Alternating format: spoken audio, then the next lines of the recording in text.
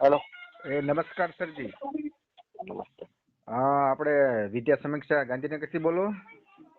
બોલો. સરજી, આપણે વિદ્યા સહાયકનું પીએમએલ ક્યારે જાહેર થઈ છે, થોડીક માહિતી આપશો સાહેબ? વેબસાઇટ જોતા રહેવાનું. વેબસાઇટ હા, પણ તોય અંદાજ તો આપો કે આ તારીખ આજુબાજુ જાહેર થશે. નહીં, અંદાજ નહીં કહી શકું.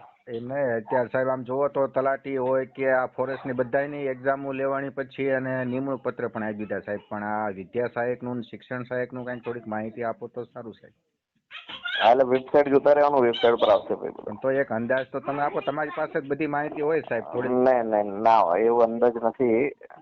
આમાં જયારે મુકાય ને ત્યારે ફાઇનલ વેબસાઇટ પર જ મુકાય. હો, જાન્યુઆરી આજુબાજુ કઈ મુકાય છે સાહેબ એવું શિક્ષણ એવું સહાયક? નહીં કહી શકું હું તમને કઈ. હા, આ જિલ્લા પસંદગી આપણે જે જિલ્લા ફેરબદલી ક્યાં પૂરું થાય પછી મુકાય છે, કઈ થોડુંક માહિતી તો આપો એટલે સાહેબ.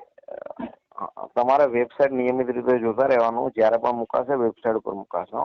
એટલે આમાં કેવું સાહેબ, આમાં કે આપણે જો પોલીસ ભરતીમાં જુઓ તો આપણે હસમુખ સાહેબ આપણે બધી ડિટેલ જે કાંઈ હોય એ ઉમેદવારોને જાણ કરે, તો તમે થોડીક જાણ તો કરી શકો ને સર. હા, એટલે પણ જે ઓફિશિયલ જે ન્યૂઝ હોય ને અમે વેબસાઇટ પર જ મૂકી દઈએ. હા, પણ વેબસાઇટમાં મૂકો વાત સાચી, પણ થોડીક જે કાંઈ માહિતી હોય તો થોડુંક અમને શું છે ઉમેદવારોને થોડીક રાહત રહે સાહેબ. આ વાત તમારી સાચી છે, પણ અમારે વિદ્યા સહાયક ભરતીમાં જે પણ કઈ ન્યૂઝ હોય કે જે પણ કઈ આગળ વધવાની હોય પ્રક્રિયા, એ પણ તમામ વસ્તુ ત્યાં વેબસાઇટ પર મૂકવામાં આવે છે. એટલે નિયમિત રીતે તમારે વેબસાઇટ જ જોવી પડે. બરાબર.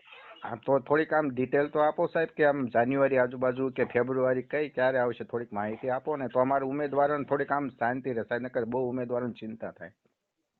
એટલે વેબસાઇટ જોવાની. ચિંતા કઈ કરવાની જરૂર નથી. તો આમ અંદાજ તો આપો કે આ બાજુ પીએમએલ આવી જશે એવું. અંદાજ નહીં આપી શકું હું તમને, એમ તો કહું છું.